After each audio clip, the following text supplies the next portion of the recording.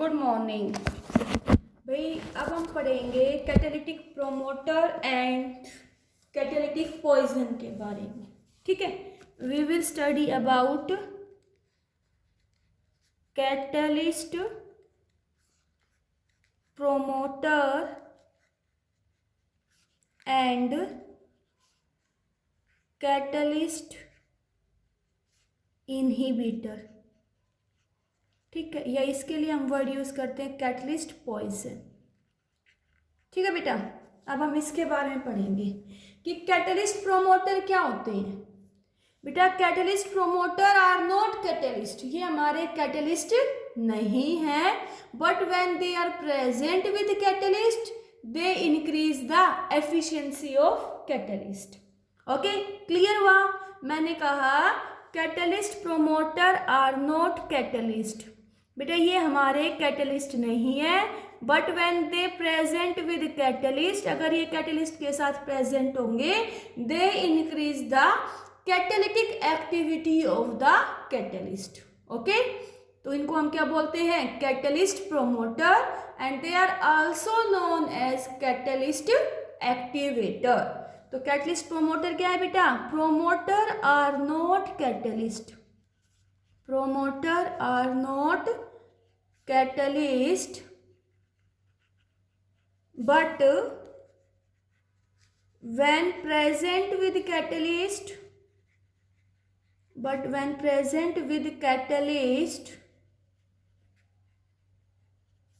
then it increase the efficiency of catalyst,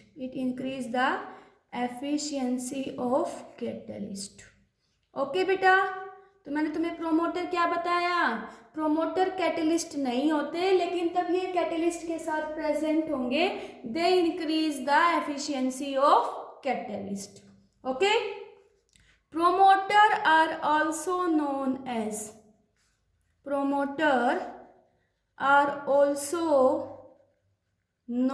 as, catalyst activator. इनको हम क्या बोलते हैं बेटा? Catalyst activator.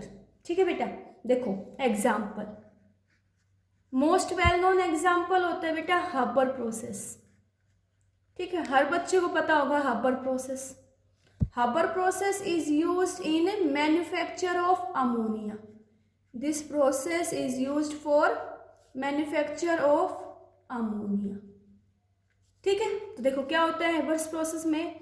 Nitrogen gas reacts with hydrogen gas to give ammonia gas. ठीक है, this reaction will occur in the presence of iron molybdenum. Okay, ठीक है बेटा, या यहाँ पे हम क्या ले ले? Iron molybdenum. ठीक है, तो यहाँ पे जो आयरन है, आयरन तो यहाँ पे क्या है? कैटलिस्ट है। आयरन तो क्या है? कैटलिस्ट। और मोलिबेडनम यहाँ पे है कैटलिस्ट प्रोमोटर। क्या है बेटा? Catalyst promoter. तो ये प्रोमोटर क्या करेगा? इस रिएक्शन की एफिशिएंसी को इंक्रीज कर देगा। तो मैंने तुम्हें बताया catalyst promoter are not catalyst, but when present with catalyst they increase the catalytic property of the reaction. Okay, एक एग्जांपल और देखो बेटा, तुमने पढ़ा होगा conversion of vegetable oil into vegetable ghee. Okay, पढ़ा था ना बेटा? Conversion of vegetable oil to vegetable ghee. Vegetable oil से हम क्या बनाएंगे? वेजिटेबल घी। तो इस प्रोसेस में निकल हमारा क्या है? कैटलिस्ट है। निकल क्या है? Catalyst.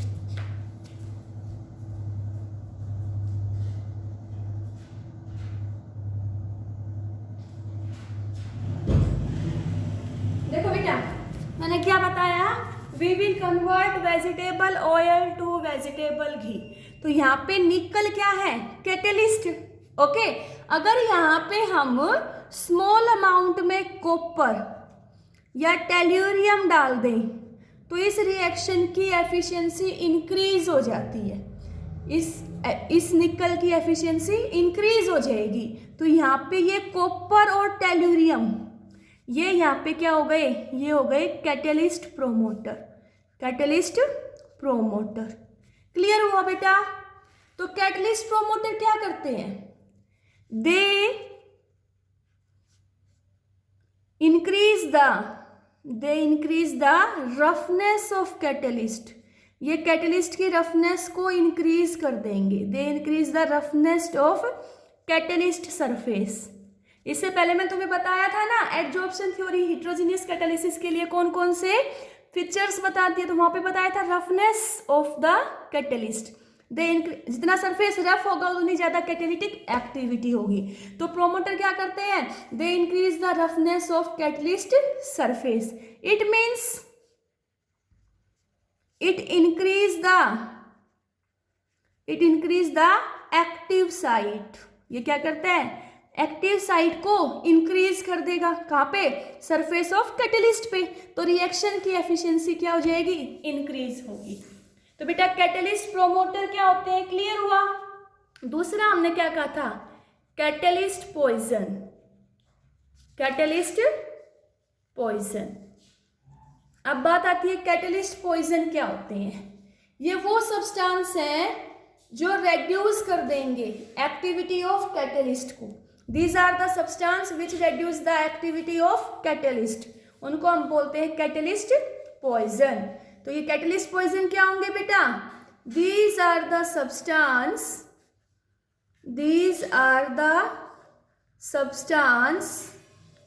Which reduce the activity of catalyst, which reduce the activity of catalyst, जो कैटलिस्ट की एक्टिविटी को कम कर देंगे, उनको हम क्या बोलेंगे, कैटलिस्ट पॉइजन। ओके बेटा देखो, अभी हम प्रिपरेशन कर रहे थे किसकी, अमोनिया की, बाय हाबर प्रोसेस। तो उसमें क्या था, nitrogen gas reacts with hydrogen gas to give ammonia gas. तो यहाँ पे आयरन कैटलिस्ट है, आयरन क्या है, कैटलिस्ट। अगर हम इस प्रोसेस में बेटा CO डाल दें, क्या डाल दें, CO मीन्स कार्बन मोनोऑक्साइड, या थोड़ी बहुत अमाउंट में हाइड्रोजन सल्फाइड डाल दें, तो कार्बन मोनोऑक्साइड या हाइड्रोजन सल्फाइड डालने से इस रिएक्शन की एक्टिविटी क्या हो जाएगी, डिक्रीज हो जाएगी। क्यों बेटा, क्योंकि यहाँ पे कार्बन मोनोऑक्साइड और हाइड्रोजन सल्फाइड हमारे क्या है, कैटलिस्ट पॉइजन है। क्या है, catalyst poison. Due to presence of this the activity of catalyst will reduce. और आयरन यहाँ पे क्या है, आयरन हमारा कैटलिस्ट है, आयरन हमारा कैटलिस्ट है। ओके, तो ये पॉइजन क्या करता है, पॉइजन एक्टिव साइट्स जो होती है कैटलिस्ट की उनको डिक्रीज कर देगा। अब एक्टिव साइट कम हो जाएगी तो बेटा वहां पे binding capacity of reactant decrease हो जाएगा, और binding capacity of reactant decrease हो जाएगा तो हमारी उस रिएक्शन का रेट भी क्या हो जाएगा, डिक्रीज हो जाएगा। ओके, तो यहाँ देखो बेटा हमने दो वर्ड पढ़े, एक कैटलिस्ट प्रोमोटर और एक कैटलिस्ट इनहिबिटर या पॉइजन। तो कैटलिस्ट प्रोमोटर क्या थे, these are not catalyst but these are the substance which present with catalyst then increase the catalytic property. उनको हमने क्या बोला, कैटलिस्ट प्रोमोटर। जैसे हबर्स प्रोसेस में हमने क्या यूज किया बेटा, आयरन, तो आयरन कैटलिस्ट था, मोलिब्डेनम वहां पे क्या था, प्रोमोटर था। ओके, दूसरा हमने पढ़ा कैटलिस्ट पॉइजन। तो कैटलिस्ट पॉइजन क्या होते हैं, these are the substance which decrease the activity of catalyst, उनको हमने क्या बोला, पॉइजन। जैसे हमने हबर प्रोसेस से अमोनिया की प्रिपरेशन की तो वहां पे हमने कार्बन मोनोऑक्साइड या हाइड्रोजन सल्फाइड डाल दिया, तो वो क्या थे, कैटलिस्ट पॉइजन। तो कैटलिस्ट पॉइजन क्या करता है, it decrease the active site of catalyst. Catalyst के सरफेस पे एक्टिव साइड कम हो जाएंगे तो रिएक्टेंट मॉलिक्यूल कम बाइंड करेंगे तो उस रिएक्शन की एफिशिएंसी कम होगी। तो देखो बेटा बहुत बार पेपर में ये क्वेश्चन आता है हमारे पास, why it is necessary to remove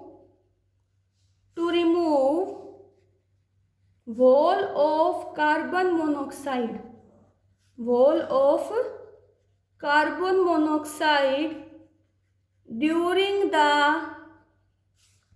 formation of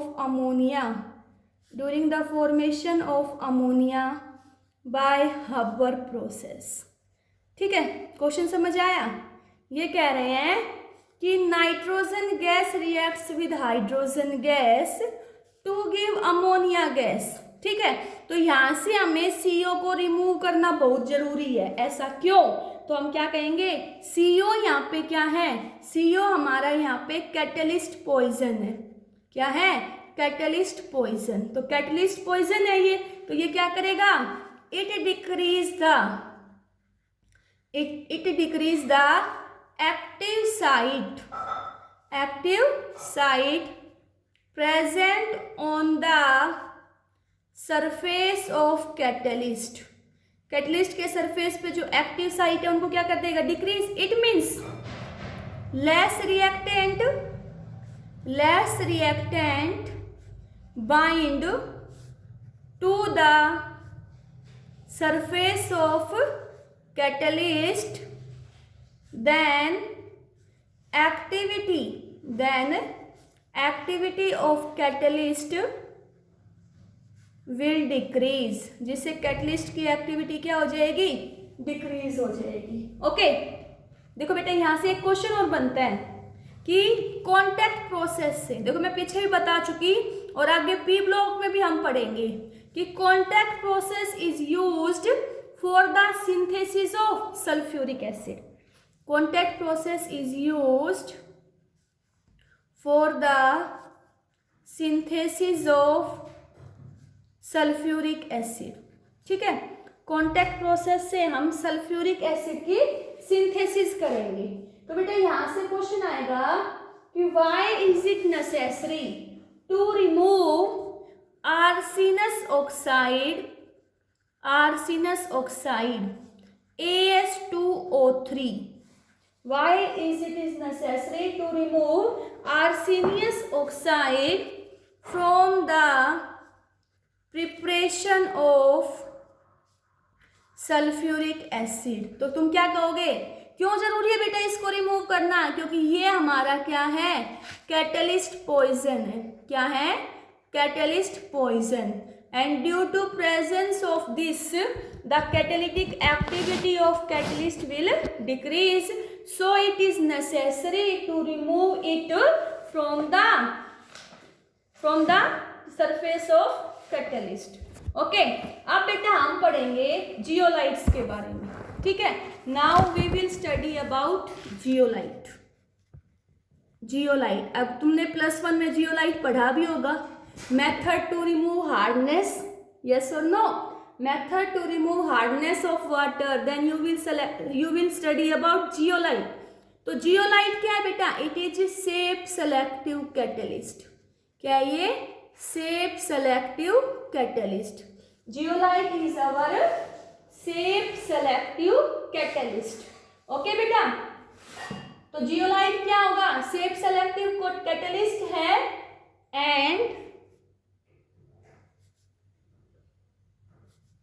and zeolites are the hydrated alumina silicate। क्या है ये हमारे पास? Hydrated alumina silicate. देखो बेटा, सिलिकेट क्या होता है? तुमने पढ़ा होगा +1 में SiO4 4- को सिलिका बोलते हैं। तो SiO O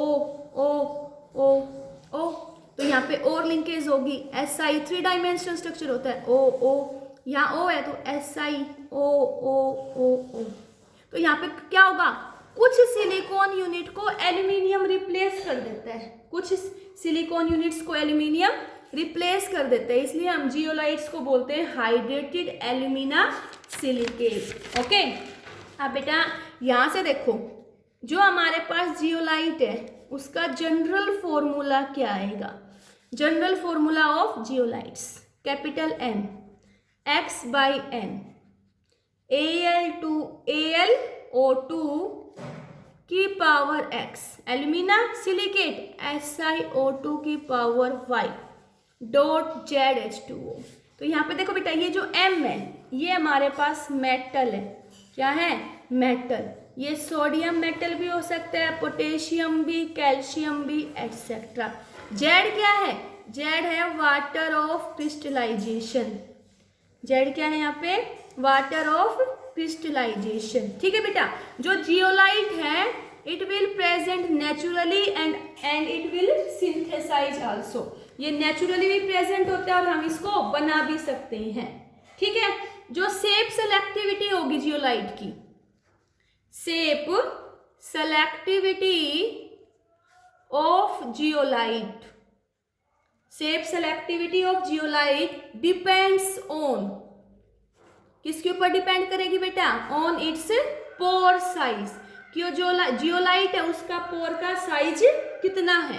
तो अगर हम बात करें तो जियोलाइट का पोर का साइज होता है 260 picometre to 740 picometre, 260 picometre to 740 picometre. Okay. And it depends on size and shape of reactant molecule। Okay. इसी वजह से हम इनको शेप सेलेक्टिव कैटलिस्ट भी बोलते हैं, शेप सेलेक्टिव कैटलिस्ट। ओके। क्यों भाई? क्योंकि जो शेप सेलेक्टिविटी होगी जियोलाइट की वो डिपेंड करेगी पोर साइज पे और structure and size of reactant molecule. That's why it is known as shape selective catalyst. हम इनको क्या बोलते हैं? Shape selective catalyst. ओके। इनका कैसा स्ट्रक्चर होगा बेटा? They have honeycomb like structure. Means इनका स्ट्रक्चर होगा मधुमक्खी के छत्ते जैसा। कैसा होता है वो? हेक्सागोनल होता है ना। दे have honeycomb like structure. ठीक है। इन विच each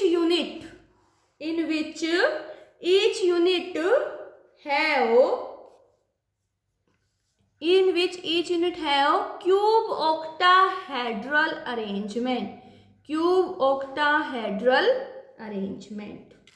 ओके बेटा। उसके बाद देखो द बेस्ट जियोलाइट, जो हमारे लिए सबसे बेस्ट जियोलाइट हम यूज करते हैं, the best zeolite is ZSM5। क्या है? ZSM5। Okay. It is the best zeolite ZSM5। तो इसके नेम से बेटा ये क्या बता रहा है? Zeolite.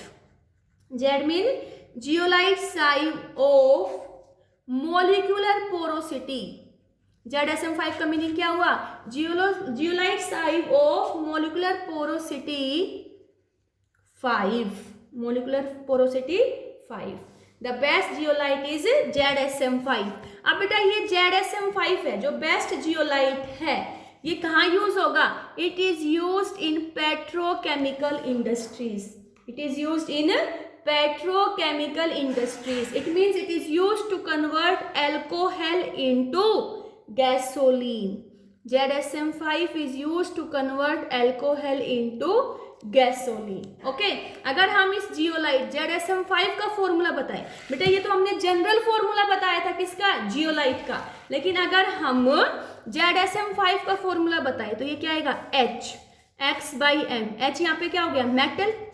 AlO2X, SiO2 96 minus X dot 16 H2O। It is the formula of ZSM5 which is used to convert alcohol into gasoline। ठीक है बेटा। पेपर में क्वेश्चन आता है what do you mean by shape selective catalyst. तो क्या कहोगे? Shape selective catalyst क्या होते हैं बेटा? The reaction which are carried out in the presence of zeolite. तो वो क्या है? Shape selective catalyst. And it is used to convert alcohol into gasoline. Okay. अब इनकी जो कैटालिटिक एक्टिविटी है इट विल डिपेंड्स ऑन, किसके ऊपर डिपेंड करेगी? Pore size and structure and shape of reactant and product. Okay. तो ये हमने किसके बारे में पढ़ा बेटा? जियोलाइट के बारे में। ठीक है। अब हम पढ़ेंगे इंपॉर्टेंट कैरेक्टरिस्टिक्स ऑफ कैटालिसिस, कि कैटालिसिस की इंपॉर्टेंट कैरेक्टरिस्टिक्स क्या होंगी। Okay, now we will study about important characteristics of catalysis। ठीक है, तो बेटा देखो, कैटलिस्ट जो होता है ना, ये कभी भी किसी भी केमिकल रिएक्शन को स्टार्ट नहीं करता। ठीक है, मैंने क्या कहा, catalyst can not initiate A chemical reaction. ये सिर्फ रेट ऑफ केमिकल रिएक्शन को इंक्रीज करता है, किसी रिएक्शन को स्टार्ट नहीं करता। तो हम क्या कहेंगे, catalyst can not initiate the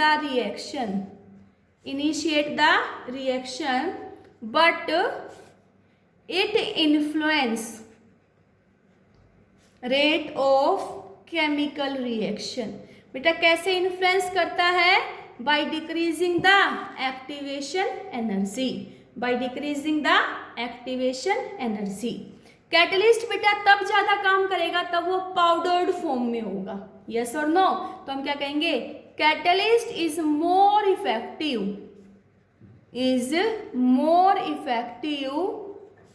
in powdered form. क्यों बेटा, क्योंकि पाउडर्ड फॉर्म में सरफेस एरिया ज्यादा है। सरफेस एरिया ज्यादा इट मीन्स कैटलिस्ट के सरफेस पे एक्टिव साइट्स ज्यादा, और एक्टिव साइट्स ज्यादा तो मीन्स रिएक्टेंट मॉलिक्यूल ज्यादा से ज्यादा कि उसके ऊपर बाइंड करेंगे। ओके, तो catalyst is more effective in powdered form. Okay, catalyst will require only in small amount। Catalyst will require only in small amount. Catalyst हमें बहुत थोड़ी सी मात्रा में चाहिए। ओके, नेक्स्ट पॉइंट, जितना कैटलिस्ट हम रिएक्शन के स्टार्टिंग में लेंगे, लास्ट में उतना ही कैटलिस्ट हमें वापस मिल जाता है। तो हम क्या कहेंगे, catalyst will not consume during a chemical reaction में कैटलिस्ट कभी भी कंज्यूम नहीं होता। नेक्स्ट देखो बेटा, catalyst will have no effect on equilibrium constant. Okay, मैंने क्या कहा, कैटलिस्ट का इक्विलिब्रियम कांस्टेंट पे कोई भी अफेक्ट नहीं होता। अब भाई इक्विलिब्रियम कांस्टेंट क्या होता है, Kc is equal to KF upon KB। Yes और नो, इक्विलिब्रियम में पढ़ा होगा ना +1 में। Kc क्या है यहाँ पे, equilibrium constant. Kc is equilibrium constant. तो मैंने कहा कैटलिस्ट का इक्विलिब्रियम कांस्टेंट पे कोई भी अफेक्ट नहीं होता। क्यों, क्योंकि बेटा कैटलिस्ट जितना रेट कांस्टेंट फॉरवर्ड रिएक्शन का बढ़ाएगा, जितना catalyst rate constant of forward reaction, KF क्या है बेटा, rate constant of forward reaction, KB क्या है, rate constant of backward reaction.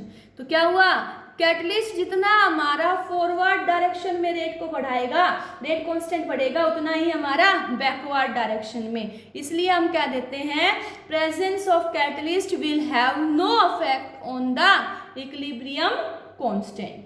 ठीक है, catalyst is highly specific in nature. Catalyst is highly specific in nature. Catalyst हमारे कैसे रहेंगे, स्पेसिफिक रहेंगे। Means a particular reaction is catalysed by a particular catalyst.